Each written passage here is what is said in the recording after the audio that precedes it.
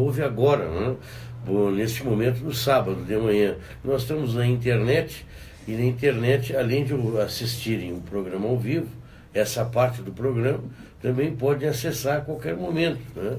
O programa no decorrer da semana, não é isso, Nil? Fica postado o vídeo no programa Insights. No Facebook. Programa Insights. Né? Bom, eu dizia antes de nós buscarmos no intervalo, exatamente sobre essa parte as pessoas arraigadas ao ninho, né? E que é difícil de sair do ninho, e outras parece que não tem ninho. Como às vezes os extremos são doentios, né? Também parece que a rotina da outra pessoa é estar sempre na estrada. Então, os extremos, tanto para mais quanto para menos, tendem a manifestar uma certa complicação. As pessoas que não param nunca, e que são essas que não fazem ninho, e um pouco seguindo o ditado que eu dizia no encerramento do bloco anterior, que pedra que tanto rola não cria limo, ou seja, a pessoa não estabelece vínculo profundo, porque está sempre em movimento. A viagem é só uma consequência, o movimento é só uma consequência de uma necessidade interna de não parar. Então o indivíduo, ao não poder parar, ele não se entrega, ele não estabelece vínculo profundo, ele não permite que o outro entre dentro dele, ele não faz leituras complexas da vida, ele não permite que as pessoas enxerguem ele numa profundidade. Ele está sempre zanzando, sempre em movimento, às vezes por ansiedade paranoide, às vezes por submissão a desconexões afetivas importantes ao longo da história de vida dele, em especial na infância, pais que não se conectaram, pais que estavam sempre agitados, pais que não perceberam, não sentiram, não tiveram a profundidade de detectar dentro do bebê e da criança pequenininha determinadas tendências ou necessidades, não fizeram leituras e tudo mais. Então a criança se identifica por submissão com esses aspectos e passa a funcionar desse jeito ao longo de toda a vida. Cresce, se forma, trabalha, ganha dinheiro, às vezes até casa e tem filhos, mas sempre se movimentando muito rápido, seguindo um pouco esse modelo histórico. E às vezes a pessoa é o contrário, a pessoa não consegue se movimentar, não consegue sair da rotina, não consegue sair de casa, se angustia, não convida ninguém para vir em casa, vive sempre fechado, encerrado nos mesmos pensamentos, nas mesmas ideias, fazendo as mesmas coisas, comendo às vezes a mesma comida. Eu conheci pessoas, em especial duas, que me chamaram muito a atenção. Uma pessoa que ao longo de 40 anos só comeu coxinha de galinha assada. Só. Coxinha de galinha assada, arroz e arroz. Coxinha de galinha assada e arroz. Ao longo de 40 anos. Uma pessoa formada, trabalhava, tinha livros publicados e tudo mais. Tem pessoas que vivem só comendo no minuto. Então, mas para a vida, eu não aceito comer verdura, não aceito comer, tem comportamentos assim. E eu conheci uma outra que passou mais de 40 anos comendo só a coxinha da asa, aquela partezinha da asa do frango, da galinha, bem de cima. Era só aquele pedacinho que a pessoa comia, assada e com arroz também. Tinha que ser grelhada naquelas formas de boca de fogão, aquelas coisas assim. Ao longo de 40 anos a pessoa só comeu isso, nunca comeu outra coisa. E questionada, a pessoa dizendo, não, mas eu não sinto necessidade, é disso que eu gosto. Mas se tu não provasse todo o resto, como tu gosta só disso? Não, mas eu como só isso justamente por causa disso, eu só gosto disso. Não tem interesse em outra coisa. Bom, é evidente que essa pessoa, ela não adoeceu, não passou, do ponto de vista gástrico, digestivo, sei lá, né? Mas a vida ficou restrita à coxinha de galinha. Pelo menos a vida gastronômica. É claro que essa pessoa nunca viajou, essa pessoa nunca saiu da casa dela, nunca se mudou de casa, nunca se mudou de bairro. Os amigos que tinham foram morrendo, porque já era uma pessoa de 70 e poucos anos, foram morrendo e ela ficou sozinha. Inclusive, ela era casada, tinha um marido e não tinha filhos. O marido morreu e ela ficou sozinha. Morreu depois num hospital com uma crise de asma horrorosa e pediu para alguém desligar a máquina porque ela não tinha mais sentido seguir vivendo com tanta falta de ar, porque tinha uma bronquite, ela fumava, tinha uma bronquite horrorosa. E não tinha mais sentido a vida, quase que sem a coxinha, digamos assim. Se não pudesse comer a coxinha de galinha, não tinha sentido a vida, mais ou menos assim, brincando um pouco com a morte. Essa foi a vida dessa pessoa. E, no entanto, escreveu alguns livros super interessantes, foi revolucionária no que escreveu, mas no resto da vida foi de uma pobreza atroz. E não digo pobreza econômica, porque tinha dinheiro, é pobreza de espírito, afetiva, Sim, mas se ela conseguiu escrever e jogos, né, de raciocínio inteligentes, Newton, quer dizer, a vida física era uma coisa, a vida porque na mente era bem mais movimentada. Então, é muito importante que as pessoas em casa prestem atenção nisso. Tem pessoas que são muito inteligentes, muito capazes, mas muito doentes do ponto de vista emocional. E a doença, quanto mais inteligente é a pessoa, mais inteligentes são os mecanismos que ela usa na doença. Então, para se convencer inteligentemente de que ela tinha que ficar naquela casa para o resto da vida como se fosse uma prisão, e não questionar e não mudar isso, sendo ela inteligente, capaz de entender e buscar e fazer rupturas, os mecanismos que o próprio psiquismo dela encontrava para convencer eram muito inteligentes, a ponto de convencê-la. Claro. Claro, essa senhora evidentemente tinha problemas graves, ela era filha única, a mãe morava com ela casou e trouxe a mãe para dentro de casa, a mãe demenciou dentro de casa, morreu, depois tem toda uma história de apego com a mãe que não vale a pena a gente seguir agora, mas existe motivos evidentemente para ela ficar encerrada, né? Ficou encerrada na relação com a mãe, para dizer de uma forma simples. Mas simples. ela se libertava dentro da cabeça. Então, ela era livre dentro da área de raciocínio. Como um presidiário pode ser. Claro. Quão livre ela era? Ela era livre o quanto permitia o psiquismo dela, a neurose dela. Nós estamos falando de uma neurose, evidentemente. Né? Quer ver uma situação grave que a pessoa ela gosta de ler, né? E ela se convence que ela não precisa viajar porque ela lê. Né? É muito comum, vejo na televisão. Eu vejo na televisão, leio. Né? Para que eu vou viajar? Quer dizer, mais um argumento. É uma defesa. Mas é um argumento intelectualizado. Sim, certo, muito. Né? Inteligente. Né? Inteligente. Não, né? Mais ou menos inteligente. Depois eu vou dizer por quê. Mas ele é inteligente para te deixar na zona de conforto. Sim, aí tá. Mas ela não te permite tu ir além do ler. Né? Assim, Porque, na verdade, o psiquismo é covarde. Todo o psiquismo humano é covarde. Todos nós somos covardes. Sabes por quê? Sabem em casa os ouvintes por quê? Porque nós optamos pela renúncia e encontramos formas inteligentes de nos convencermos de que a renúncia, o abrir mão, é uma saída legal. Então, o indivíduo que está em casa e assiste vê uma praia pela televisão, diz, eu não preciso ir nessa praia, eu já vi ela na televisão.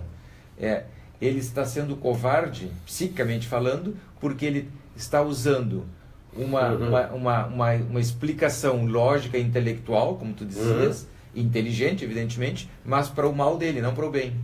Porque qualquer pessoa que vai à praia sabe que uma coisa é a vivência. Colocar o pé na água é completamente diferente, ou na areia, é completamente diferente do que ver alguém colocar o pé na areia ou na água. Tomar um banho de mar é completamente diferente entre ver e tomar o banho. A experiência é infinitamente maior do que o ver. Uma coisa é alguém chegar e dizer, e essa é uma experiência que as pessoas em casa vão entender com facilidade. Uma coisa é alguém chegar em casa e contar, olha, tive na esquina ali um nosso amigo, um vizinho, me contou que na outra esquina alguém esfaqueou uma pessoa roubando ali para pegar uma bolsa, a pessoa morreu, entrou, convulsionou ali, morreu, descerebrou na hora, um horror foi a cena. E trocam de tema e vão falar de outra coisa. E outra coisa é a pessoa assistir o homicídio, o assassinato. Fica A vivência gravada no fundo da retina é infinitamente mais forte do que escutar. Então, ver um programa, ver uma paisagem, ver uma cidade pela televisão, não tem nada a ver com o estar lá.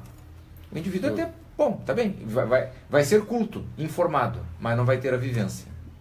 Sim. É completamente diferente. Sim, mas o psiquismo usa isso. Se questiona até onde chega a cultura, né, dele, porque é uma cultura sem vivência. É vazia no sentido da experiência, da sensação, do convencimento. Quando tu tens a vivência de algo e fala para alguém, isso acontece muito com os professores.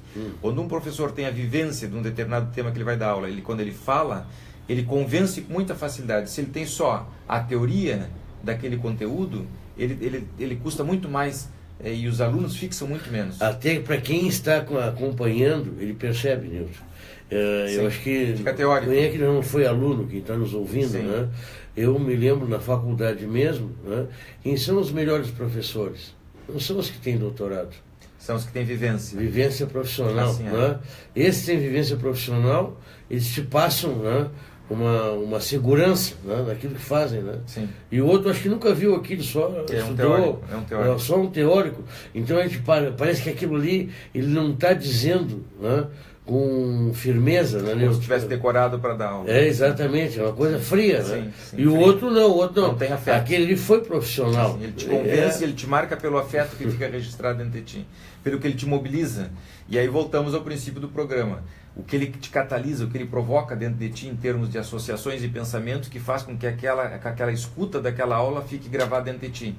Não é propriamente o que ele te disse, mas com que tu associaste, que é teu, que faz parte do teu psiquismo e que toda vez que tu quiseres lembrar daquilo que o professor falou, o que vai se evocar junto em termos de emoção é aquilo que ele despertou dentro de ti, que é mais autêntico e verdadeiro e mais importante para ti do que ele disse. Sim. Então, a memória passa muito por associação. E quem tem a experiência, a vivência, consegue marcar mais e despertar mais dentro do aluno a sua memória afetiva, digamos assim, com o qual vai ficar associado o conteúdo da aula a partir dali. O outro não vai conseguir isso. Agora, Nilton, quem viaja porque viajou contrariado, será que ele tem a mesma percepção? Aquele exemplo da família que nós acabamos dando, né, no início. Então, uma família composta de 4 pessoas. Um sai contrariado. O que ele aproveita? Bom, aí nós temos que ter um pouco de cuidado com relação ao que sai contrariado. Essa criança, vamos supor que seja uma criança na família, sai contrariada porque ela é do contra, como tu dizias no bloco anterior, e isso é um problema, nós temos que prestar atenção por que uma criança é sempre do contra, porque ela está sempre contrariada, porque normalmente a pessoa contrariada e do contra, dentro do ambiente familiar, é uma pessoa melancólica. E a melancolia está associada com a autoestima baixa. A autoestima baixa está associada com a ideia de que ela não é importante. Então ela está sempre em pé de guerra, sempre reclamando, sempre chorando, sempre protestando, sempre chamando atenção, sempre se excluindo, sempre incomodando, sempre porque ela se sente incomodada naquele ambiente. Ela incomoda o ambiente porque ela está incomodada também por dentro. Então, isso deve chamar a atenção dos pais.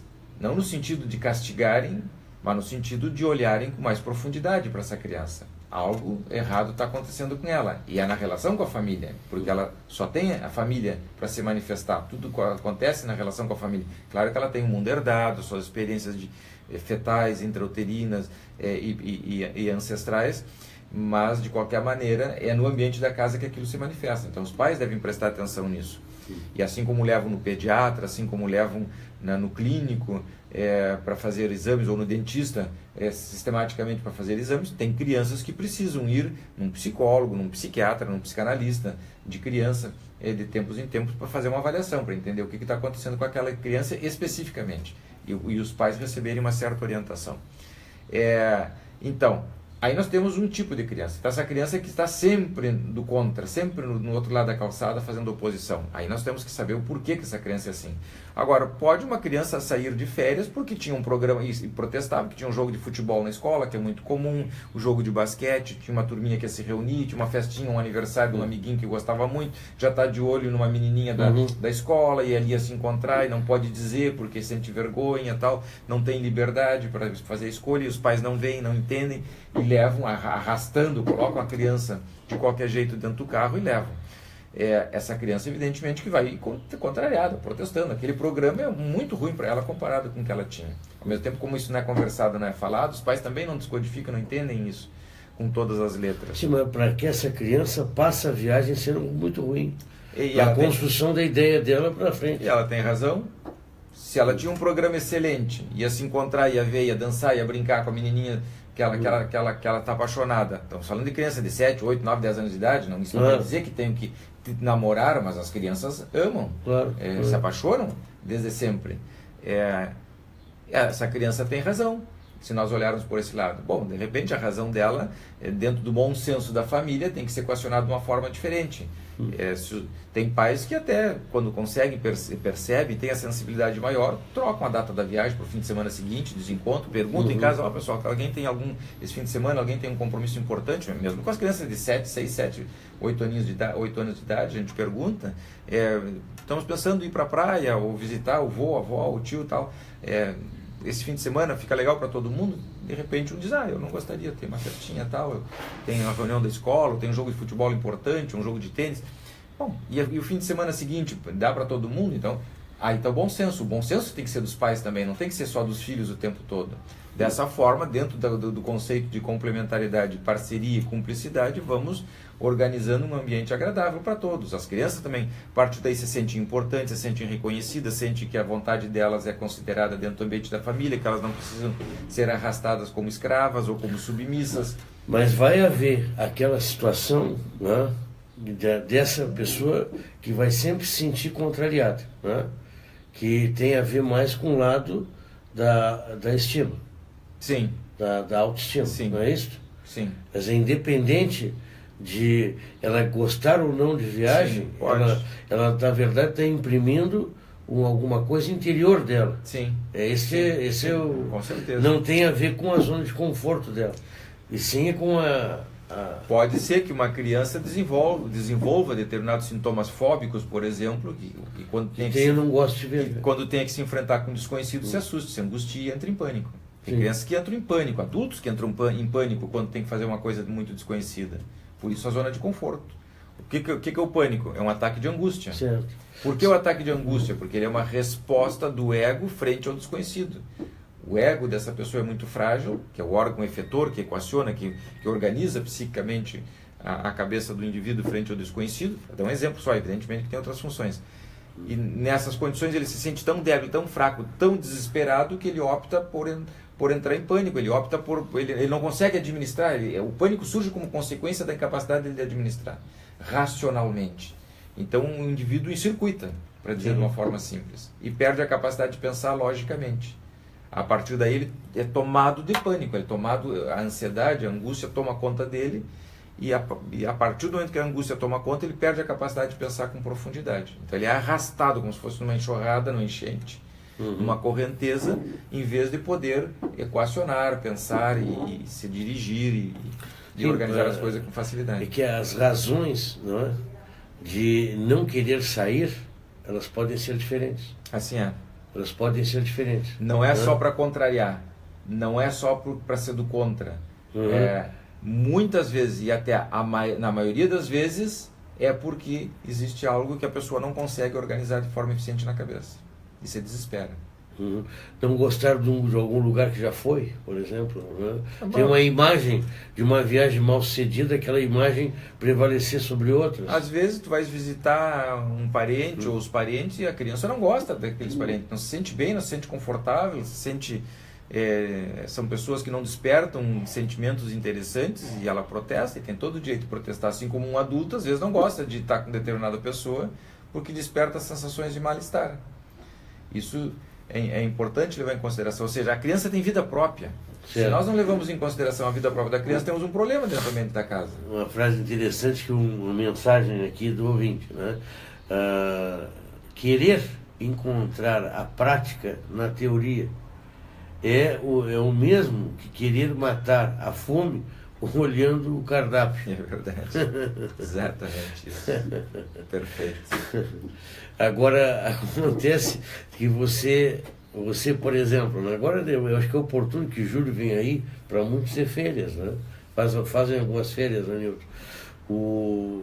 Você olha qualquer publicidade de viagem, de turismo, né, Nilton? E você se encanta com aquilo, né? Mas na hora de organizar, aí começa a bater a preguiça, né? E você acaba não fazendo ócio, né? Não tendo ócio em casa, que é uma coisa importante também em casa ter o ócio, né? Com certeza. Então, qual é o ponto de equilíbrio de novo? E o que tu estás chamando de preguiça? Uma certa fobia, uma certa dificuldade para o indivíduo se envolver, romper com o pré-estabelecido, sair da rotina, de repente disponibilizar dinheiro e liberar aquele dinheiro para algo que não é produtivo, e assim sucessivamente. Então, o que tu chamas de preguiça? A preguiça é a zona de conforto? Ou é o medo às vezes, mascarado? E outras vezes pode acontecer que o indivíduo realmente, autenticamente esteja cansado, queira ficar em casa, queira fazer a sua rotina, e a rotina é tranquilizadora e descansa, e não pode porque tem a obrigação, a exigência e tem que ir para algum lugar, mesmo que ele não queira. Às vezes a casa é o melhor lugar. Às vezes a casa é o lugar onde o indivíduo vai descansar, vai organizar as coisas dele, vai pensar, vai ter paciência, vai ter tempo para ele. Certo. Os filhos vão poder se organizar também fazendo as coisas que mais gostam, mas não, tem que ir para algum lugar, tem que viajar, tem que...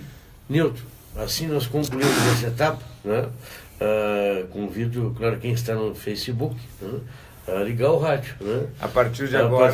Ou sintonizar a Rádio Pelotense no site pela internet, o site da Rádio Pelotense. Nós estaremos conversando com o Dr. José Secone, ele que é médico, né? E professor da universidade, na área de oncologia e mama, né? Mastologia. Mastologia, né? Depois do intervalo comercial. E aí?